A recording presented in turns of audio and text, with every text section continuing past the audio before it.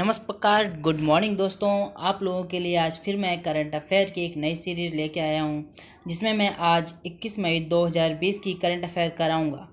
दोस्तों, ये कुछ इंपॉर्टेंट करंट अफेयर आपके आने वाले कोई भी एग्ज़ाम हो उसमें बहुत हेल्प करेंगी। तो शुरू करते हैं आज की करंट अफेयर दोस्तों। हाल ही में परजीवी कवक की नई प्रजाति खोजी गई है, उसका नाम किसकी सोशल साइट के नाम पे रखा गया है? तो दोस्तों, ये ट्विटर के नाम पे रखा गया है और इस प्रजाति का नाम है ट्रोग्लोमाइसेसिस ट्यूटरी। तो दोस्तों, ये इसका नाम ट्विटर के नाम पे रखा गया है, तो आइए ट्विटर के बारे में कुछ जान लेते हैं। तो दोस्तों, ट्विटर की स्थापना 2006 में हुई थी और इसका headquarter San Francisco California USA में है। साथ ही साथ इसके सीईओ जैक डॉर्सी हैं। दोस्तों, हाल ही में ट्विटर पहली कंपनी बन गई है जिसने वर्क फ्रॉम होम को लाइफ टाइम के लिए अलाउ कर दिया गया है। दोस्तों, ये याद करने वाली बात है। आइए बढ़ते हैं आगे खबर की ओर। हाल ही में किस केंद्र शासित प्रदेश को कोरोना मुक्त घोषित किया गया है? तो दोस्तों, हाल ही में लद्दाख को पहला ऐसा केंद्र शासित प्रदेश बन गया है जो कोरोना मुक्त है, क्योंकि दोस्तों यहाँ पे 3 मई के बाद कोई भी नए केस कोरोना के नहीं मिले हैं, इसलिए यह भारत का पहला केंद्र शासित प्रदेश बन गया है जो कि कोरोना मुक्त है। अगर दोस्तों आप लोगों से पूछा जाए कि पहला राज्य कौन सा है जो कोरोना मुक्त घोषित हुआ था, तो दोस्तों पहला राज्य आपका गोवा है। तो दोस्तों याद रखिएगा, पहला केंद्र शासित प्रदेश है आपका लद्दाख और पहला आपका कोरोना मुक्त राज्य है गोवा। साथ ही साथ लद्दाख के उपराज्यपाल आर.के. माथुर जी हैं। तो इन क्वेश्चन को आप जरूर याद रखिएगा, आने वाले कुछ एग्जामों में ये क्वेश्चन आपके लिए बहुत मदद करेंगे। चलिए आगे की कुछ खबरें देखते हैं। अभी हाल ही में 20 मई को विश्व मधुमक्खी दिवस मनाया गया है दोस्तों। तो आप लोगों की इसकी थीम याद रखनी है जो कि है बी इंगेज्ड। अगली खबर की ओर चलते हैं। हाल ही में चीन ने WHO को कितने अमेरिकी डॉलर की मदद देने का ऐलान किया है? तो दोस्तों, अभी चाइना ने 2 बिलियन अमेरिकी डॉलर WHO को देने का ऐलान किया है। इससे पहले भी चाइना ने WHO को 30 मिलियन डॉलर दे चुकी है। साथ ही साथ अभी रिसेंटली में चाइना ने अपनी डिजिटल करेंसी भी लागू की है, DCEP यानी डिजिटल करेंसी इलेक्ट्रॉनिक पेमेंट। अब ये WHO को 2 मिलियन अमेरिकी डॉलर देंगी, तो WHO के बारे में थोड़ा सा जान लेते हैं। WHO की स्थापना 7 अप्रैल 1948 को हुई थी और इसका हेडक्वार्टर जिनेवा में है और करंट में इसके महानिदेशक डॉक्टर टेड्रोस अधानोम घेब्रेयेसस हैं। तो दोस्तों, ये आपके लिए काफ़ी इम्पॉर्टेंट खबर है और आने वाले एग्ज़ाम में भी आपकी काफ़ी मदद करेगी। आते हैं अगली खबर की ओर। G20 वर्चुअल व्यापार और निवेश मंत्रियों की बैठक में भारत का प्रतिनिधित्व किसने किया?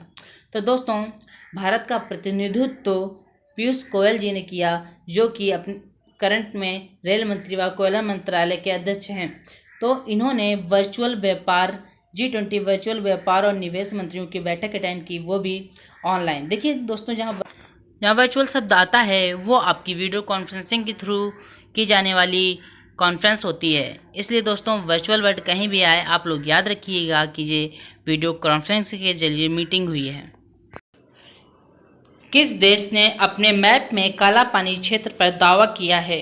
तो दोस्तों, यह दावा नेपाल ने अपने नए मैप में किया है कि काला पानी क्षेत्र उसके मैप में आता है। दरअसल दोस्तों, ये उत्तराखंड में स्थित एक क्षेत्र का है काला पानी, जो कि इंडिया के अंतर्गत आता है, लेकिन नेपाल और इंडिया के बीच में इस मामले को लेकर थोड़ा विवाद है, जिसके तहत नेपाल ने अभी अपने मैप में काला पानी क्षेत्र को अपने देश का बताते हुए दावा किया है और अपने मैप में इस स्थान को दर्शाया है। तो आते हैं अगली खबर की ओर। हाल ही में नेशनल टेस्ट अभ्यास मोबाइल ऐप किसने लॉन्च किया? तो दोस्तों, यह है मानव संसाधन मंत्रालय द्वारा जारी किया गया ऐप है, जिसमें नीट और JEE के मॉक टेस्ट करवाएंगे। यह ऐप AI बेस पे होगा, यानी आर्टिफिशियल इंटेलिजेंस के बेस पे होगा, जो आपके मॉक टेस्ट के सबमिट करते ही तुरंत आपका रिजल्ट बता देगा। दोस्तों, चूँकि यह मानव संसाधन मंत्रालय ने विकसित किया है, यानी MHRD ministry of human resource development द्वारा यह ऐप डेवलप किया गया है। तो दोस्तों, MHRD का जो हेडक्वार्टर है वो न्यू दिल्ली में है और इसके यूनियन मिनिस्टर रमेश पोखरियाल जी हैं। सो दोस्तों, आप लोगों को इस क्वेश्चन में सारी इन्फॉर्मेशन ज़रूर याद रखनी है, क्योंकि मैक्सिमम क्वेश्चन इससे पूछा जाता है। मानव संसाधन मंत्रालय द्वारा पूछे जाने में ये सारे क्वेश्चन आप लोगों की बहुत ही हेल्प करेंगे। चलिए अब बढ़ते हैं आगे कुछ और नए क्वेश्चंस की ओर। तो अभी साल 2019 का अलेक्जेंडर डेल रिपन अवार्ड किस जीता?